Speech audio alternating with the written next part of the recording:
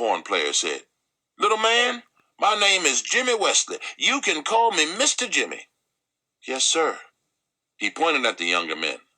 "The drummer here is Doug the Thug Tennant. The sax man is Harrison Eddie Steady Patrick." The saxophone player said, "Oh, man, it's not Eddie Steady.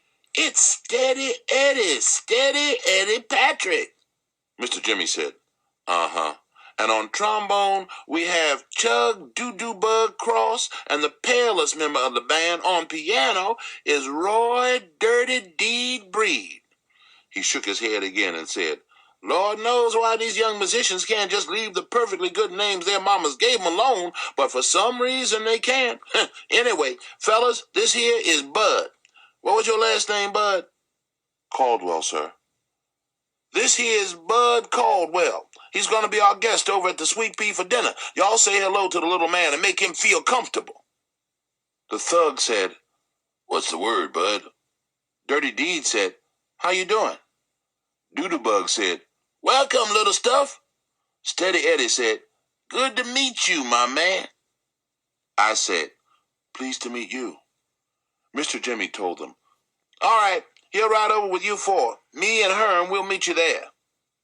The sax man, Steady Eddie, said, "All right, Mr. Jimmy, we'll finish loading up." The Jimmy guy went out the front door. The sax man told me, "Come on, little man. If Mr. Jimmy's going to spring for your supper, the least you can do is help load the car. Grab that case over there and put it in the trunk of the Buick out back." He pointed to a long, skinny black suitcase that had a leather handle on top of it and said, "And be careful. That's my bread and butter in there." I must have looked confused because he told me, "That's my horn, my axe, my saxophone, the thing I make all my money with, so don't get butterfingers and drop it." I said, "Oh, yes, sir." The trombone man, Doodlebug, said, "One thing you're going to have to drop, though, is all that sir stuff. The only two folks around here old enough for you to be calling them sir are Mr. Jimmy and," he winked, "your long-lost dear old daddy." The whole band busted a gut laughing.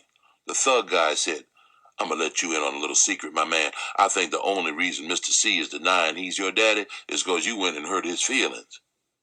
"How? I didn't do nothing to him." "There it is. That's just what I mean.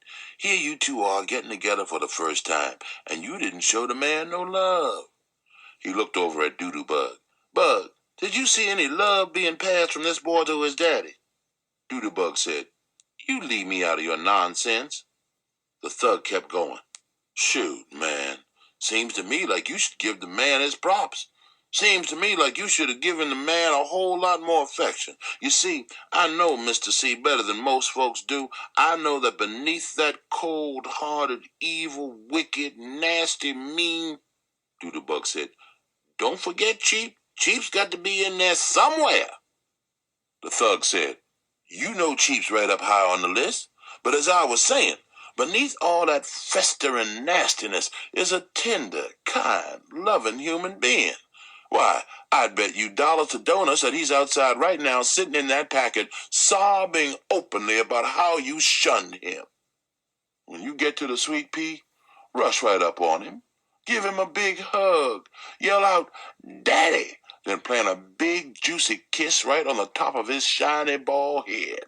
Shoot, you do that, and you'll be in his will so quick your head will spin." I put this thug guy on my list of people not to pay any mind to. Herman E. Calloway seemed like the kind of person that would rather get bit in the behind by a snaggle-toothed mule than have somebody give him a kiss. Steady Eddie said, "Let's not get the little man killed before he's had a chance to eat, thug. Son, I hope you got sense enough to let what he's telling you go in one ear and find the nearest exit. You just steer clear of Mr. C for a while. He's not someone you want to toy with. And for God's sake, whatever you do, don't call him daddy or papa or anything that's going to give anyone the idea you two are kin. You hear?" These guys really thought I was dumb. I said, "Yes, sir. But isn't it just like my luck to come clean across the state to find my daddy, and he turned out to be a mean old coot?" I slapped my hand over my mouth. I knew better than saying something like this out loud, but it just fell out of my mouth before I could swallow it down. This was Bud Caldwell's Rules and Things to Have a Funner Life and Make a Better Liar Out of Yourself, number 63. Rules and Things, number 63. Never, ever say something bad about someone you don't know, especially when you're around a bunch of strangers. You never can tell who might be kin to that person or who might be a lip-flapping, big-mouth spy. Sure enough, the drummer, the thug guy, started acting like he was writing stuff down on a piece of pretend paper. He said, "Let's see, was that mean old coot or old mean coot? Shoot, baby, if I dropped some info like this on Mr. C, I might be able to stay in this band longer than the last 3 drummers did." You see, kid, you ain't the only one trying to get on Mr. C's good side. This is the best drumming gig in the state, and I need to hang on to it as long as I can. I wasn't sure if this drummer guy really was a dirty dog or if he was just a big teaser. Whichever way, I'd have to work real hard on remembering rule and thing number 68. Or was it 63? Steady Eddie said, "Thug, you're going to have to lay off the kid's chops. The little man's got problems enough, and he sure don't need to have you meddling with him. Let's get that car loaded. Me and... What's your name again, kid?" "Bud, not Buddy, sir." "Just Bud, not Buddy." "Right. Me and Bud, not Buddy, are too dang hungry to hear any more of your lip."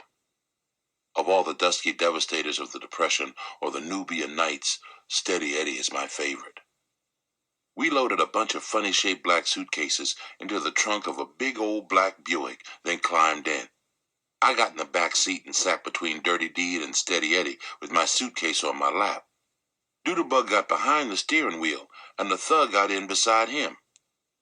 The thug said, "So, Bud, not Buddy, I'ma come right out and ask what's on everyone else's mind.